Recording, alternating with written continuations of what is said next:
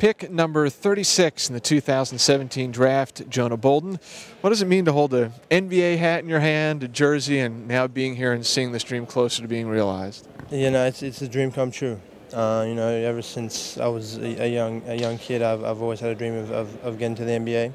You know, getting drafted and playing and having a successful career in the NBA. You know, and for me, you know, sharing that moment last night with my family and my mom, dad, sister, auntie, and my agent. You know, it's a blessing. You know, and I'm grateful to the organization of Philadelphia for giving me this opportunity. You know, and just believing in me.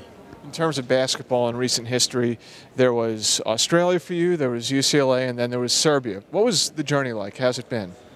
You know, they talk about trust the process here. You know, that's something that they go by, and you know, like I said before, I'm a firm believer in that because I've been through the process and I've had to trust in the process. You know, coming from, like you say, coming from Australia.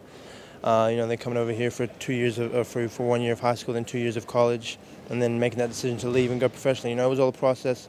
You know, it was all an experience. You know, I'm grateful for it, and you know, it's got me to where I am today. So you know, it's just, like I said, a blessing. Where would you say your game is at developmentally right now? I mean, I still got a long way to go. You know, I know my weaknesses and I know my strengths.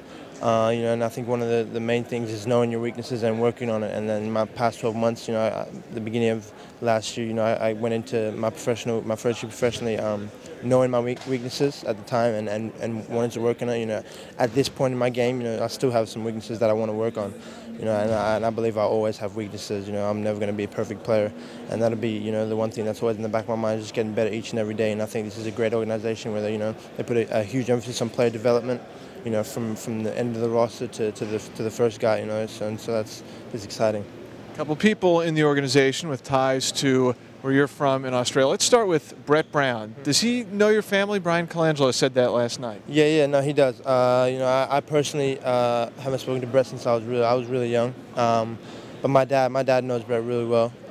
You know, back when my dad played professionally against Dave Simmons, Ben's dad.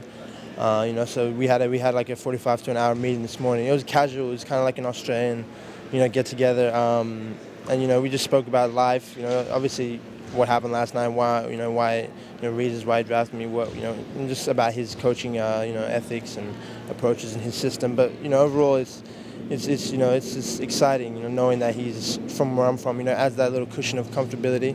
But yeah.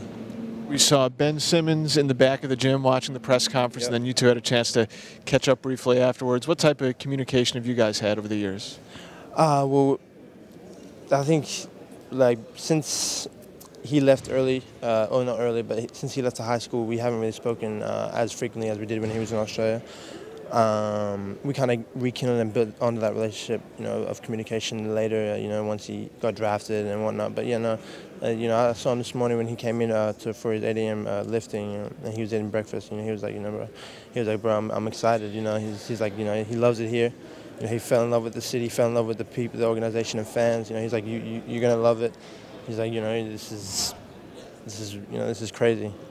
Good stuff. Jonah, thanks so much. Thank you.